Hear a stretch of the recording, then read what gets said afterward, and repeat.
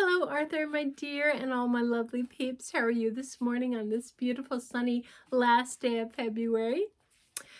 The Curious George book was a little heavy today, so I decided to take a break, and I'm reading from Thomas the Tank, Thomas and the Great Discovery. Who doesn't like Thomas the Tank? It was a beautiful day on the island of Sidor. Thomas was high in the hills bringing some freight cars down to the wharf. The wharf is the waterfront. At an unfamiliar junction, he saw an old, overgrown track that looked like a shortcut. Soon he was rattling down the steep track.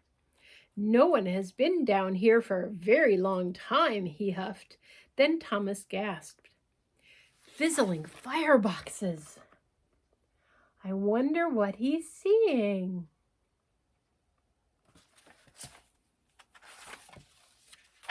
He had arrived at a station.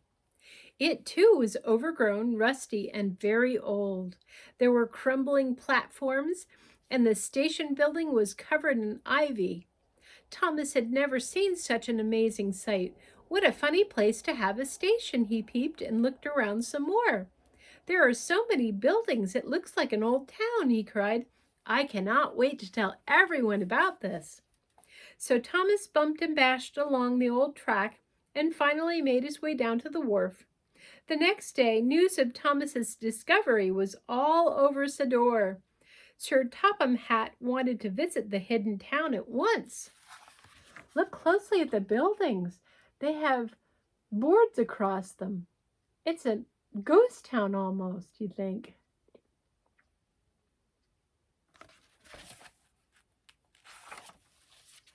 "Thomas, you have made a wonderful discovery. This was the town of Great Waterton. When steam engines first came to Sidor," Sir Topham Hatt said, "this was an important town. It was called Great Waterton because the springs here provided water for everyone on the island." "Why does no one live here now?" puffed Thomas. "The springs ran dry and the people left to live in new towns. The maps were lost. Everyone thought the town of Great Waterton was lost forever too. But now it is found," cheered Thomas. "And if we work hard," added Sir Topham Hatt, "we can have the rededication of this town on Sidor Day."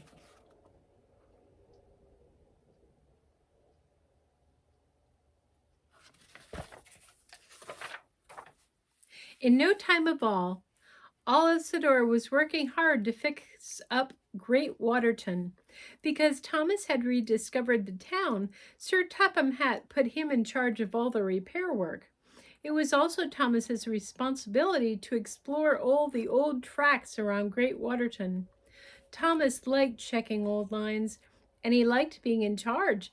He wanted to show everyone he could do everything. But one day there was trouble. Thomas was puffing too fast, and the track was too old. He toppled off the track. Harvey came to lift him back on, but Thomas was bumped and bruised and had to go to the works.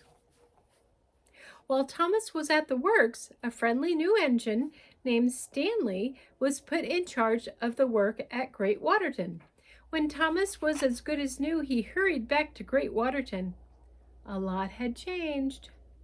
Sir Topham Hatt met Thomas. "Stanley has done a good job, so I have decided that Stanley will stay in charge and you will help him." Thomas's funnel flattened. He had lost the most important job of all.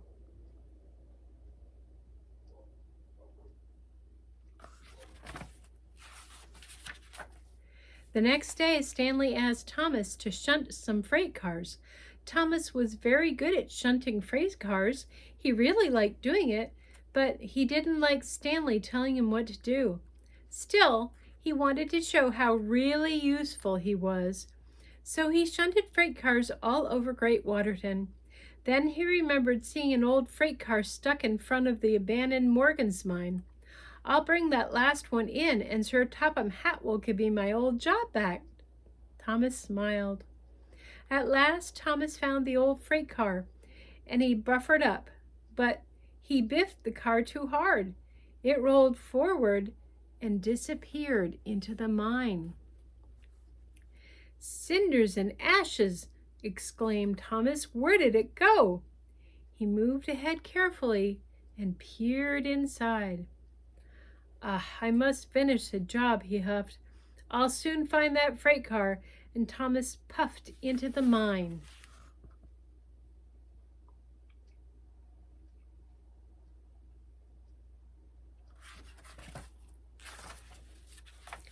It was very dark. Thomas was happy he had a bright lamp. He looked ahead and saw the freight car rolling away down a slope. Then it disappeared around a bend. "Bust my buffers," puffed Thomas. "I'd better go after it." Thomas whizzed down the steep slope. "Whee!" he whistled, and "Woo!" he cried. It was scary, but it was also very exciting. Thomas had almost caught up to the freight car. "You won't get away from me," he whistled happily. But Thomas didn't notice the junction ahead. The freight car whizzed to the right, but Thomas sped to the left, and he saw that the tunnel ahead was blocked. "Oh no!" cried Thomas as he crashed straight through the blocked tunnel and jumped the track. Now Thomas was deep in a dark tunnel, and to top it off, his fire had gone out. His boiler would soon grow cold, and there was no one around to hear his whistle.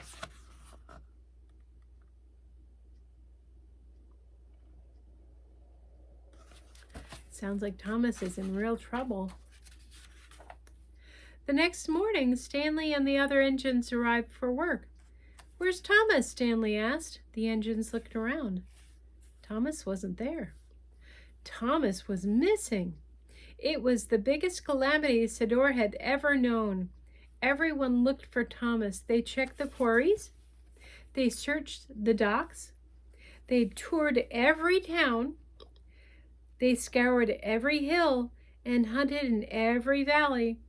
But Thomas was nowhere to be found.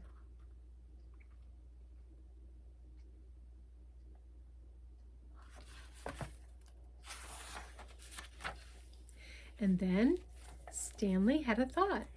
Maybe Thomas is up at the forgotten tracks around Great Waterton. I'll look for him there. When Stanley was high up in the hills, he whistled and whistled. "Where are you, Thomas?" But only his echo came back. Stanley looked everywhere. Then he spotted Morgan's mine. Could Thomas have gone into the mine? Stanley wondered. He whistled one last time. And this time, Thomas heard him. "It's Stanley," he gasped, with his very last puff. And his very last huff, Thomas blew his whistle as loudly as he could, and Stanley heard him. He slowly entered the dark mine. "Thomas," he whistled happily, "is that you?" Thomas had run out of puff. He couldn't whistle again. He could only wait and hope that Stanley would find him. It wasn't long before Thomas heard Stanley chuffing up behind him.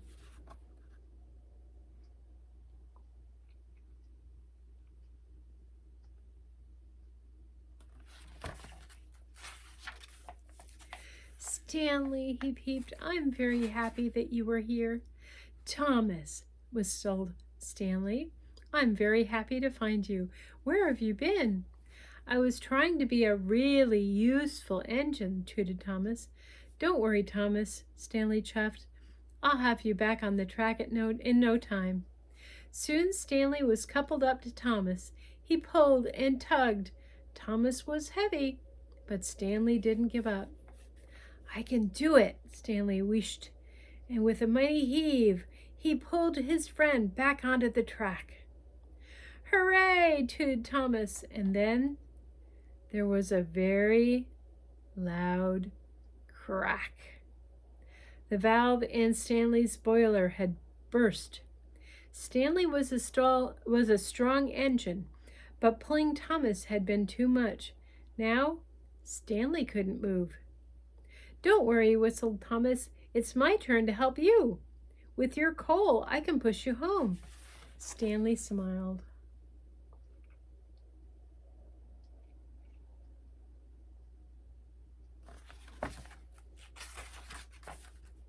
In no time at all, Thomas's boiler was bubbling and his steam was whooshing.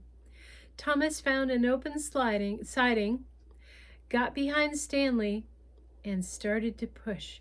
"Here we go, Stanley," Thomas huffed happily.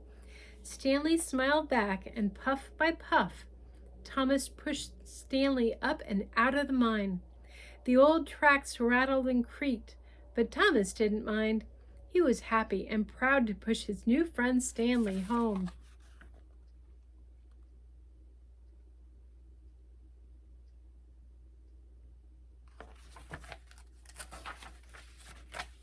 At last, Thomas and Stanley pulled into Great Waterton Junction. Thomas was tired, but he had never felt happier. When the other engines saw Thomas and Stanley, they tooted and whistled, and soon the sound of engine whistles echoed all around Great Waterton. The news quickly spread throughout Sodor. "Thomas has been found," the engines whistled. Sir Topham Hatt grandly proclaimed, "Stanley saved Thomas, and Thomas saved Stanley." For the next couple of days, everyone worked hard to get Great Waterton ready for Sodor Day. Now Thomas was happy that Stanley had come to Sodor. Thomas had a wonderful new friend. And just in time, everything was done.